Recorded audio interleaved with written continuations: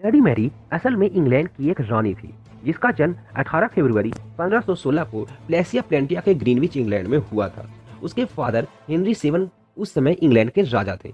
Mary की एक सौतेली बहन भी थी जिसका नाम एलिजाबेथ था। मैरी को वहाँ के लोग मैरी ट्यूडोर या मैरी वत के नाम से भी जानते थे। मैरी की शादी स्पेन के एक राजा फिलिप टू के साथ हुई थी। क्योंकि मैरी वत बहुत ही खूबसूरत थी इसलिए वह अपने चेहरे को आईने में निहारती रहती थी। मैरी इंग्लैंड की जब रानी बनी, वहाँ की जब महारानी बनी, तब इंग्लैंड दो पंथों में बटा हुआ था, कैथोलिक और प्रोटेस्टेंट। ये लोग अपने ही पंथ का बढ़ावा करने के लिए विरुद्ध पंथ को खत्म करने में लगे थे।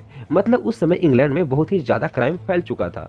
मैरी यह चाहती थी कि इंग्लैंड में केवल एक ही पंथ के लोग रहें, लेकिन कुछ लोगों ने मैरी का विरोध किया और मैरी की इस बात को मानने से इनकार कर दिया, क्योंकि कोई अपना पंथ बदलना नहीं चाहता था। प्रोटेस्टेंट प्रोटेस्टेंट ही रहना चाहते थे और कैथोलिक कैथोलिक ही रहना चाहते थे।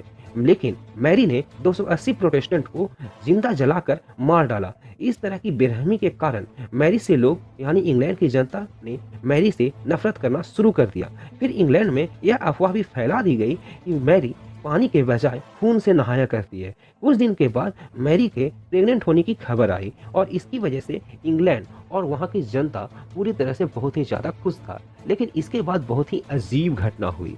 दरअसल मैरी का बच्चा जन्म ही नहीं लिया, तो मैरी ने वहाँ के पादरियों के पास गई और वहाँ के पादरियों ने बताया कि उसके पेट में कोई बच्चा ही नहीं था, उसके पेट में एक शैतान था। कुछ साल बाद मैरी फिर से प्रेग्नेंट हुई और फिर से कोई भी बच्चा नहीं जन्म लिया। इस तरह की घटनाएं होने लगी। इस सभी घटनाओं के कारण इंग्लैंड के लोगों के नज़रों में मैरी की बहुत ही बुरी छवि बन गई। इंग्लैंड के लोगों ने मैरी से नफरत करना शुरू कर दिया और कुछ ही दिन के बाद मैरी की मृत्यु हो गई। मृत्यु के बाद मैरी को बदनाम होने से कोई नहीं बचा सका। मैरी के बदनाम होने की वजह से उसे ब्लडी मैरी लोग कहने लगे। तभी ब्लडी मैरी का खेल शुरू